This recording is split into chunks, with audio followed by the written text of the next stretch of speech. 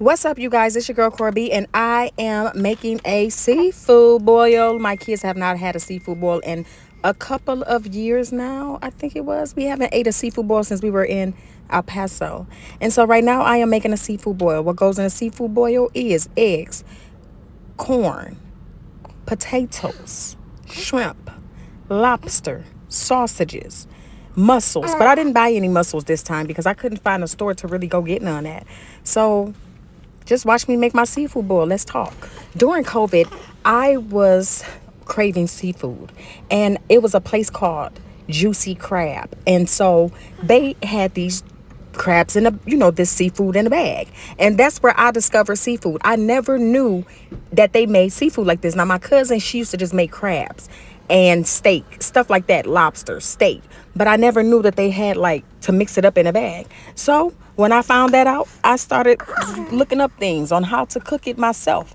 And so my first seafood boil that I ever made I was in El Paso, and it was so good. And then I made another one, and I said, let me start putting it in a bag, because I feel like if you put it in a bag, the seasoning is more sturdy inside of there. I hope I said that right. Yes, it's sturdy inside of the bag. So this is how I make my seafood. And I am not using andouille sausages, because to me, those sausages literally have no type of flavor. Give me some beef sausages, and I'm going to go ahead and cut them up and put them in the pot. And so now that this is kind of boiling and it is done, we are going to go ahead and start taking these eggs on out of here, because you don't want to overcook the eggs, because when you overcook the eggs, then the shell stays stuck to the egg and then it breaks and then it's dead. We don't want no dead eggs. So yeah. Anyway, let's keep talking. I know you guys probably wondering, this girl receives food stamps, and why is she making a seafood boil? Well, because I'm supposed to be able to eat crabs. They took crabs and lobsters and shrimp away from us. Our community didn't even know anything about these things until the late 2010s. That's when we started finding out that we can eat this type of stuff. We've been eating pork all of our lives. And since we've been eating pork all of our lives, pig feet, chitterlings, pigtail, oxtails, pig face, pig nose, now we are able to eat the things that we want to eat, which is some shrimp in a bag, a shrimp boil. We should be able to eat these type of things. So yes, with my food stamps, I brought me some seafood, and I'm cooking it myself. Because who gonna cook it for me? I can't go out there to the crab place and bag. People in Houston, I haven't ate any type of real food since I've been living in Houston. Okay? And I am really, really upset about that. I haven't had a real seafood boil. I went to Juicy Crab here in Houston, and it is not all of that. It is not all of that. The one up north in Indiana is the best. I'm telling you, people up north can cook better than people in the south.